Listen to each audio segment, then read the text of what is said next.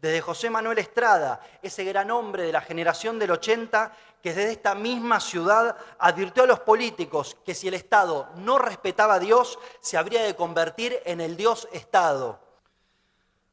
Muchas gracias, Zipac, por la invitación. Todos los aquí presentes nos encolumnamos bajo el nombre de Acción Política Conservadora.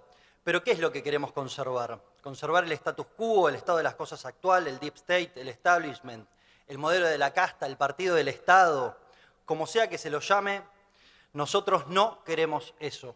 Lo que queremos conservar es una herencia común, una tradición que nos hermana. Se trata de un patrimonio cultural que nos une a todos los aquí presentes.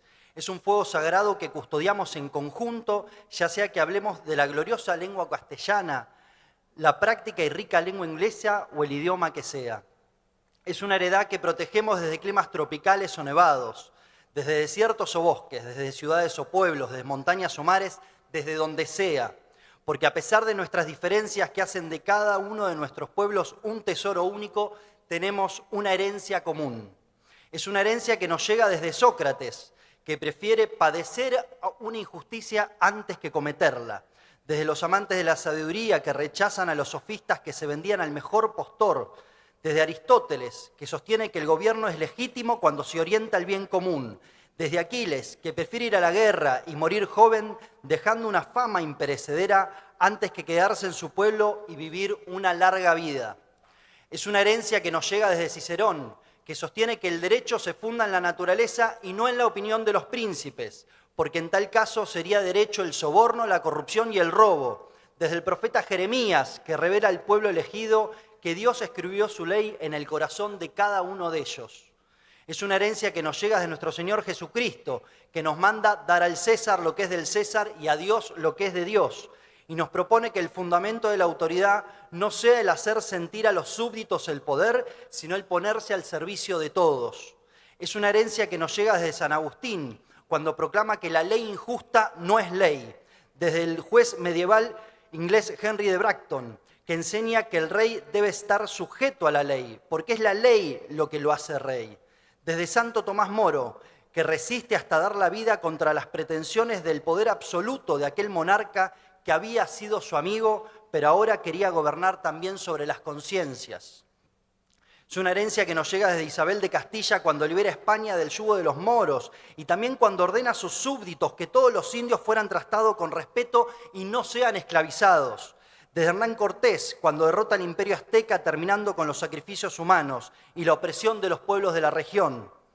Desde Thomas Jefferson, Benjamin Franklin, George Washington y los demás padres fundadores de Estados Unidos, cuando sostienen valientemente la existencia de derechos inalienables dados por el Creador, derecho a la vida, la libertad y la búsqueda de la felicidad. Es una herencia que nos llega desde el Barón de Montesquieu, que enseña que las leyes deben ser adecuadas a las costumbres y peculiaridades de cada nación. Desde Don Quijote de la Mancha, cuando sostiene que la verdadera nobleza está en el corazón y no en la sangre, y proclama que vale la pena luchar y morir por un noble ideal. Desde Abraham Lincoln, cuando termina para siempre con la esclavitud en Estados Unidos. Es una herencia que nos llega también desde Don José de San Martín, cuando libera varias naciones de este continente. Desde José Manuel Estrada, ese gran hombre de la generación del 80, que desde esta misma ciudad advirtió a los políticos que si el Estado no respetaba a Dios, se habría de convertir en el Dios Estado. Es una herencia que vive finalmente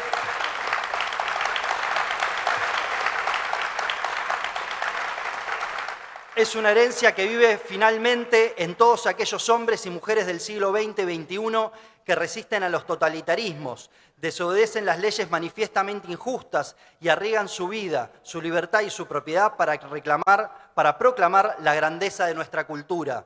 Somos conservadores de toda esta herencia que proclamamos orgullosos, pero este afán conservador no es retrógrado, no queremos volver al pasado. No solo es imposible, sino que sería inútil en estos tiempos. Lo que queremos es recrear esta herencia, este fuego sagrado, pero en los tiempos modernos en los que nos toca vivir. Y para eso nuestra hoja de ruta contiene una serie de valores, precisamente aquellos que el progresismo se empeña en destruir. Allí donde el progresismo busca sociedades líquidas, sin lazos robustos entre los diversos integrantes, sin cuerpos intermedios, allí el progresismo quiere individuos solos frente al poder absoluto del Estado y ahora también del globalismo.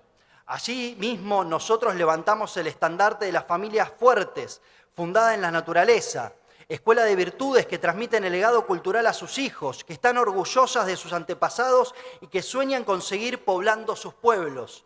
Allí donde el progresismo pregona lo que al decir de ese gran pontífice que fue Benedicto XVI, podemos llamar la dictadura del relativismo, en donde todo está bien y nada está mal, en donde cualquiera puede hacer cualquier cosa sin respetar la naturaleza humana ni los derechos inalienables de los que hablamos.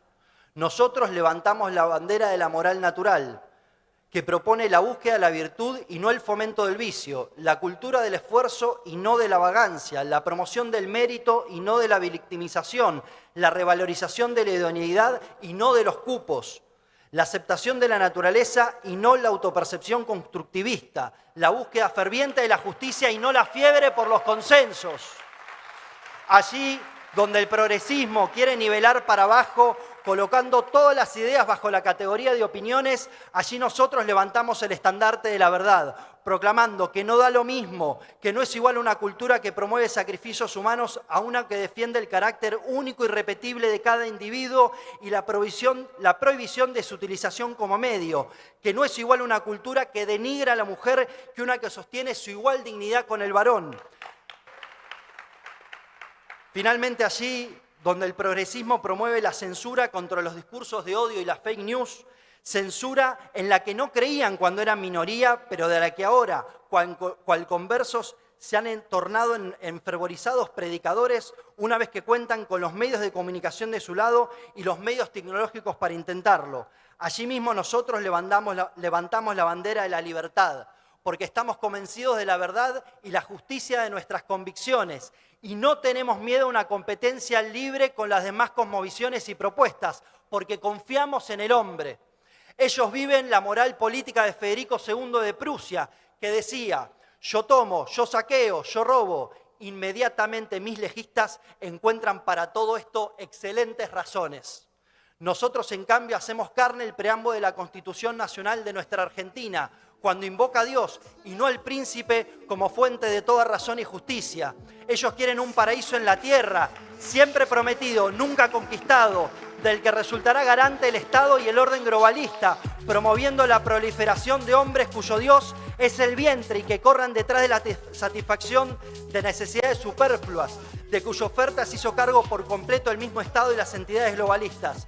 Nosotros, en cambio, proponemos dejar que el hombre busque la felicidad en este mundo y en el próximo, gozando de la libertad que le dio el Creador sin que vengan los apóstoles del progresismo a imponer sus dogmas y sus recetas.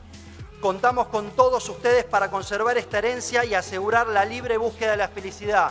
Sepan que desde el 10 de diciembre de 2023 esta patria ha levantado la cabeza y pretende ser un faro para todo Occidente. Hoy por fin este sueño tan anhelado por muchos de nosotros desde nuestra adolescencia parece una empresa posible y realizable, porque quien dirige los destinos de nuestra nación es una gran persona con convicciones que hace pocos días nos confesaba que para el presidente Javier Milei el verdadero valor moral está en luchar por una causa justa. Muchas gracias.